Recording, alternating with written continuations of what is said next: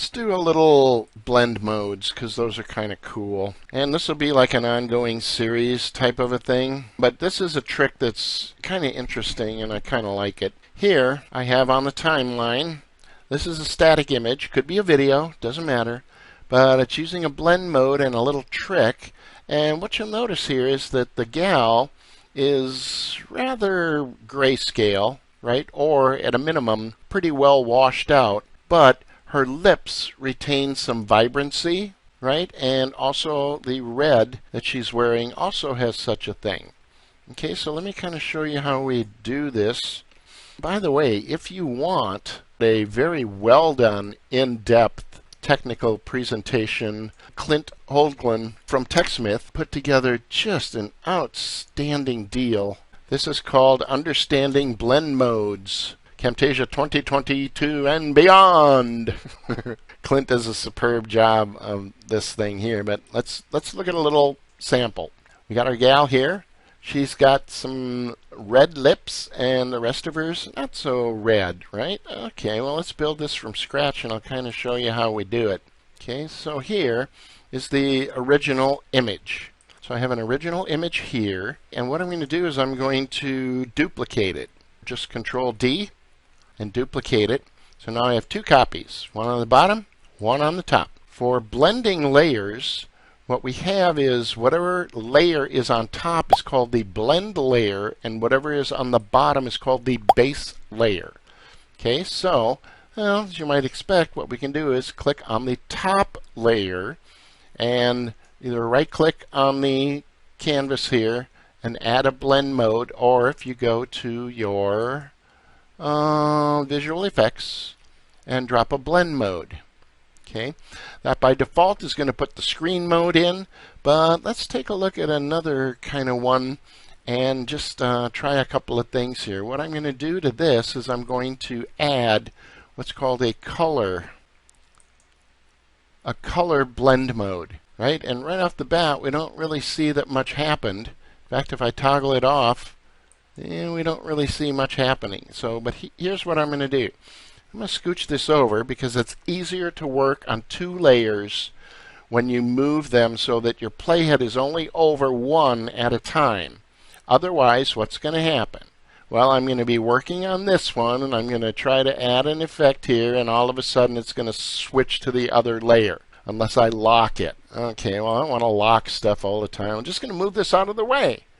And now I'm going to be able to work with the playhead here. I'm going to be able to work on this layer, and to this layer I'm going to right click here. I'm going to add me a color adjustment, and to this color adjustment I'm going to set it to 0 and 0, and all of you folks know what that does, don't you? It sets it to grayscale. No bright, no contrast equals gray, and all the glorious shades thereof. Okay, so now let's take our copy with the color blend mode here and put it on top so that when we kind of go to here and look at the ramp here, let me just kind of see if I can explain what's going to happen. If I take this and I pull it to the left, what's going to happen is the blend mode is going to show that which is darker, okay, and it's going to get rid of, right, that which is lighter. That's what blend modes do. Blend modes are like a battle, a battle of pixels. And like all good battles, it's generally to the death. So what you do when you're setting these kinds of things is you're deciding who wins and who dies. So dark colors are going to win here, and light colors are going to really kind of suffer. So notice as I pull this, right, the dark colors, because of the color adjustment down here, they're a little more pronounced, aren't they? Dark, dark, right? And once I get to work with the blend mode here, let's just kind of bring things in and start to monkey around a little bit. And what happens is the blend mode combined with the color adjustment means that this copy up on top, right, has its own set of colors. Dark colors it has. Light colors it does not have now because we remove them with our little ramp thingy here, with our adjustment. So that which is removed shows through to the bottom, which is what? Our black and white color adjustment.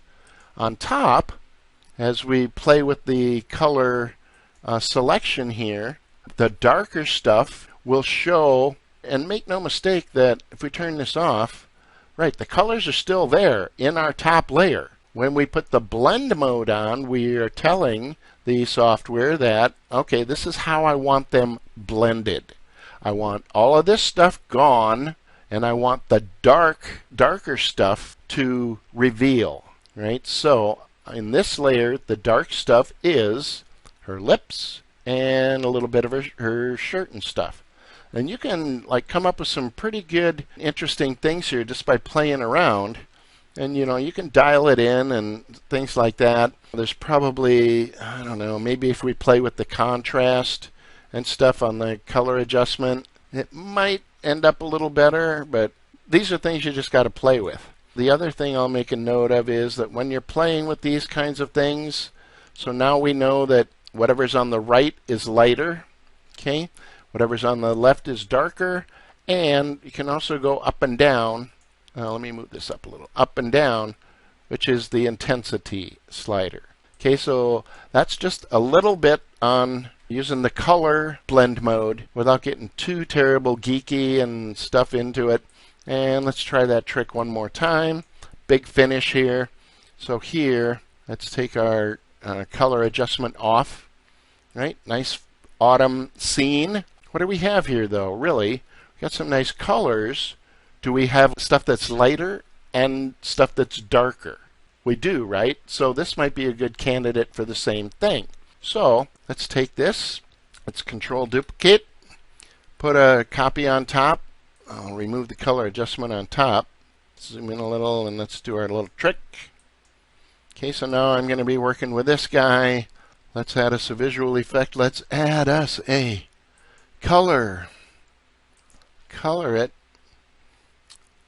Color blend mode. It doesn't look like much right now. Our bottom layer, let's turn our color adjustment on. And let's set it to 0. Okay, and again, you might be able to play with the contrast and stuff here. One other thing I'll note is that, you know how if you use color adjustments in previous versions, how the saturation knob does nothing ever? It has a very dramatic effect now. Okay, so what the other upside to blend modes is, and exposing the blend mode properties and things are, on the color adjustment, right now, we get some extra controls, some extra things that we can do. And we'll talk about a few more of those later. But for right now, let's just follow our trick. 0 and 0. So we make the bottom copy black and white. Let's slide this guy over. We've added a blend mode of color. And then let's go take a look at our thing here. What are we going to do? Well, if I want the these orange leaves to just kind of pop off, right? Let's get rid of some of the lighter colors, the lighter stuff. And when I say get rid of, what I mean is let's blend them out with the mask, with the blend mode, so that they're showing through that which is underneath. Okay, watch as I kind of move this. These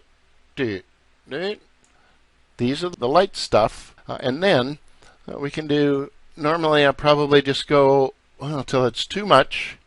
Start backing it off. I need to see some more dark stuff. I need to see some more of those dark leaves. Let's pull it over a little. Keep it going. A little more. Oh, there you go. And maybe get rid of that. And then there's other tricks you can do, like making more copies and stacking them up. You know, if something over here started looking funky, like that thing, you know, the orange, well, what could I do? I could just make another copy and then hone that out without affecting the rest of my trick here. But that's pretty good. So normally you bring it in all the way, and then the top knob here does what's called a ramp. right? So it makes it a little more subtle. So it gives you a little more flexibility and control. So that's what you're going to want to play with. Okay, what do you think of that? Is that fun? Boom!